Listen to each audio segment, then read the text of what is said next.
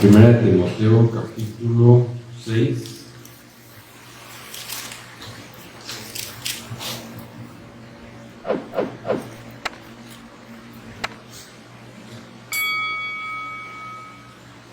Primera de Timoteo 6.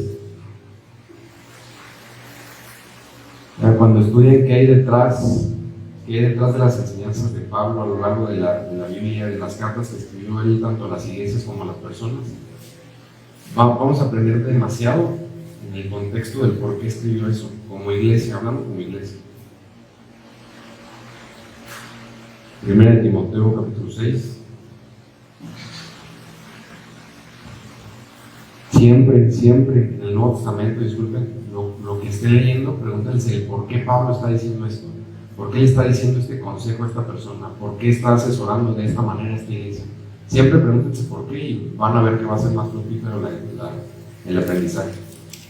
Primera de Timoteo 6 dice así: todos los que están bajo el yugo de esclavitud tengan a sus amos por dignos de todo honor, para que no sea blasfemado el nombre de Dios y la doctrina.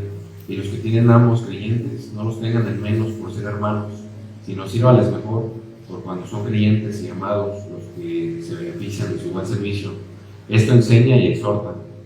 Si alguno enseña otra cosa y no se conforma a las sanas palabras de nuestro Señor Jesucristo y a la doctrina que es conforme a la piedad, está envanecido, nada sabe y delira acerca de las cuestiones y contiendas de palabras, de las cuales nacen envidias, pleitos, blasfemias, malas sospechas, disputas necias de hombres corruptos de entendimiento, privados de la verdad, que toman la piedad como fuente de ganancia.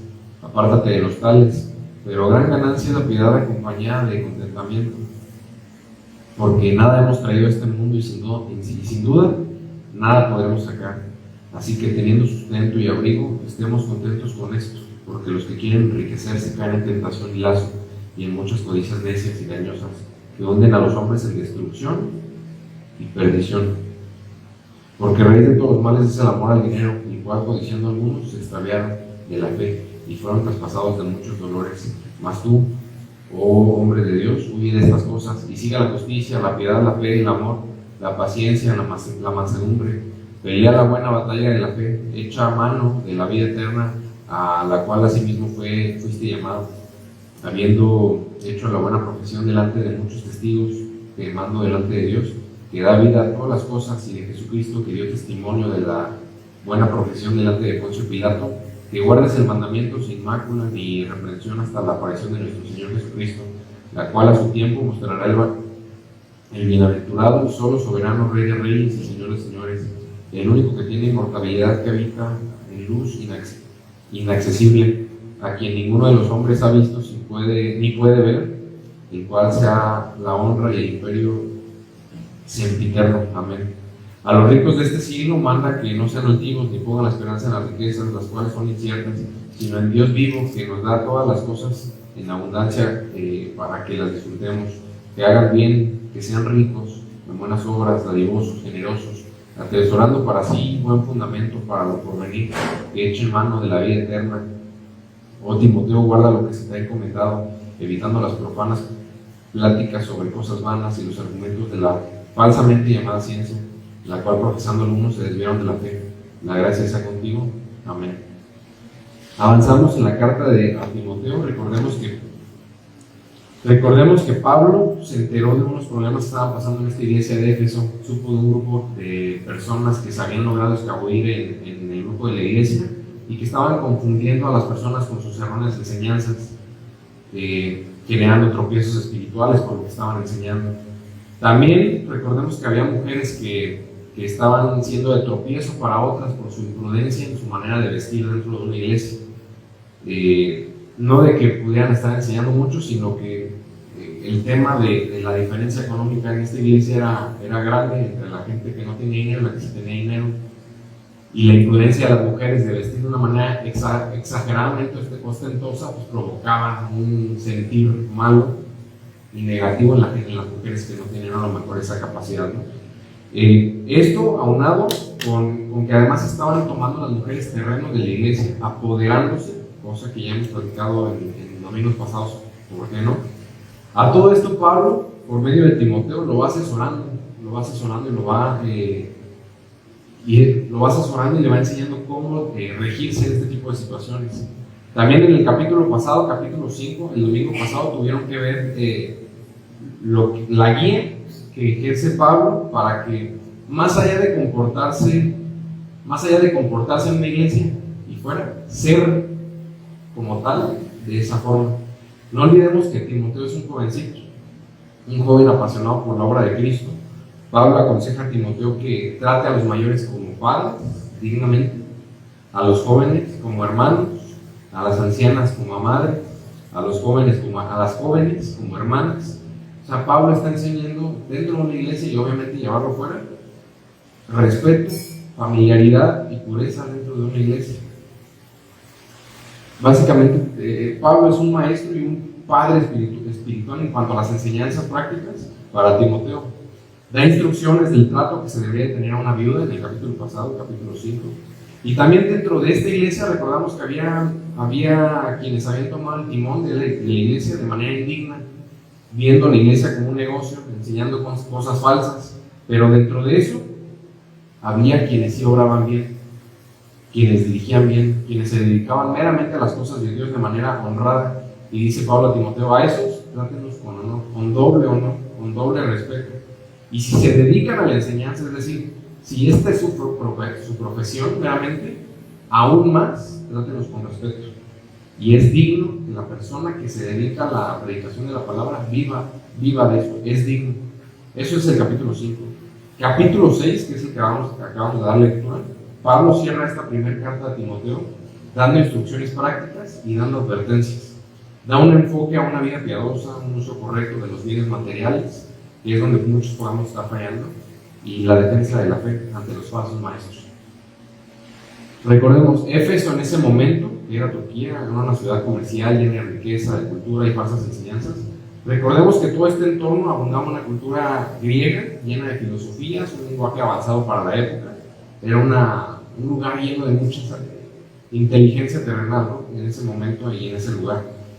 Esto provocaba que muchos estuvieran filosofando por la cultura, por la influencia de la cultura griega.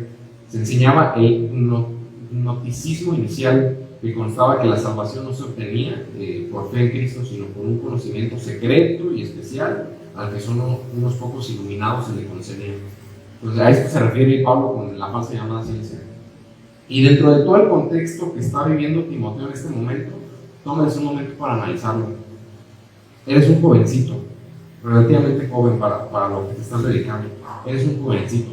Tienes a cargo la responsabilidad de dirigir, corregir, amonestar y sobrellevar una iglesia. Un jovencito como él debería estar aprendiéndole a la iglesia, no la iglesia a él. Esta iglesia está en una influencia negativa para los jóvenes.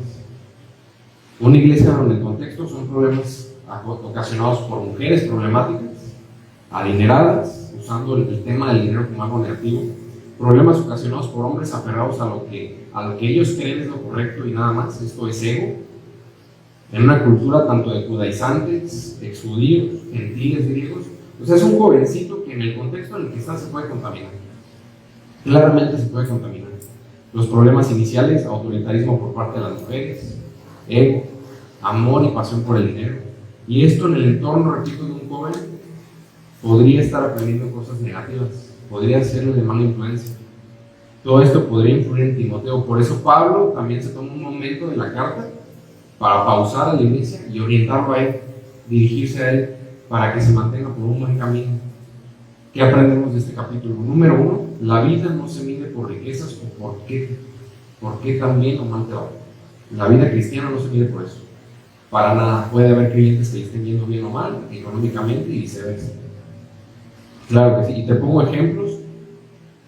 ¿Qué es en lo que se fija Dios aquí? En cómo ven las cosas. En cómo ven las cosas. Si te está yendo bien o mal económicamente, pregúntate eso. Te pongo ejemplo a Abraham, en Génesis 3:2. Era riquísimo en ganado, en plata y en oro. ¿Por qué bendijo a un hombre con tanta riqueza como Abraham? Porque Abraham podía desprenderse. O sea, Abraham no tenía amor en el dinero. Abraham se podía desprender de las cosas, se podía desprender de su hijo mucho más de las riquezas.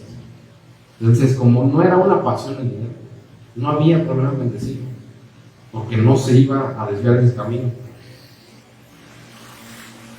Te pongo un ejemplo en caso contrario de pobreza. La viuda de Sarepta en 1 Reyes 17, del 12 al 16, solo tenía un poco de harina y aceite, pero confió en la palabra de Dios por medio de ellas y nunca le faltó. Lo que Dios bendice es aquí. Lo que está reprendiendo Pablo aquí es cómo vemos el dinero y cómo nos puede desviar cuando vemos otras cosas fuera de Dios. El dinero, las pasiones que tengamos. La riqueza no es condenada en sí misma, sino el uso y la prioridad que le damos. Y te pongo otro ejemplo de que incluso te puede estar yendo bien sin la bendición de Dios, y eso puede ser perjudicial. Cuando el pueblo de Israel sale de Egipto, inmediatamente que sale, Moisés va por las tablas de la ley. ¿Y qué es lo que hace el pueblo? Lo primero que hace, busca adorar a dioses ajenos. Es lo primerito que hace. Harto de esto, harto de esta actitud y de este tipo de pecados que tanto el pueblo de Dios como nosotros vamos constantemente regándola, aunque acabamos de regar hace un momento, conseguimos perdón o conseguimos tener una conciencia sana, la volvemos a regar, eso está en nuestra naturaleza. ¿Qué es lo que hace Dios? Se harta, le dice, te voy a dejar, te va a ir bien, vas a ganar batallas, haz casi lo que quieras, vas a llegar a donde quieras, pero sin mi presencia. Te puede ir incluso bien, te puede estar yendo bien, vas a poder tener un buen cambio económico, pero sin la presencia de Dios. ¿Qué es lo que le hubiera pasado a ese pueblo? Esa generación se perdió, no llegó a la meta. Número 2, la vida cristiana no se mide por cuánto conocimiento tengas o qué prestigio tengas. Es mejor encaminarse por piedad, contentamiento y fidelidad. Para concluir, Pablo deja claro que la fe debe vivirse en lo cotidiano, con integridad en tu trabajo, con respeto a lo demás, con humildad. Pablo nos enseña que la verdadera ganancia no está en el dinero, sino en una vida grata a Dios. Y la gente en la Biblia, las personas en la Biblia que entendieron eso, les fuera bien o les fuera mal, siempre tuvieron abundancia. Siempre. ¿Entendieron esto? Desde aquel tiempo, la pasión al dinero y el orgullo intelectual, el ego, eran cosas que desviaban a muchos de la fe. Y pasan los años, seguimos aprendiendo esto domingo tras domingo y seguimos fallando en las mismas cosas. El ser humano no entiende, ni en cabeza ajena, ni incluso cuando nos pasa a nosotros constantemente las cosas. El problema era tener dinero o tener conocimiento. Esto, repito, no era un problema. Pero tú y yo, ser humano, haces que las bendiciones sean un problema. Tú, el ser humano, haces que la bendición sea un problema. El dinero, una bendición, ¿qué es el dinero? La haces codicia. El conocimiento, una bendición, tener conocimiento, lo vuelves motivo de ego. Todo lo que toca el hombre lo echa a perder. Por lo que el propósito de este capítulo son dos cosas. Mantén contentamiento. No te está diciendo ser conformista. Mantén contentamiento con lo que tengas ahorita y si estás trabajando por más. Tranquilo y mantén contentamiento. Sea agradecido. No dejes que abunde en ti un deseo por las cosas que te generan mal. Y 2, cuida más lo que hay acá dentro. Gracias.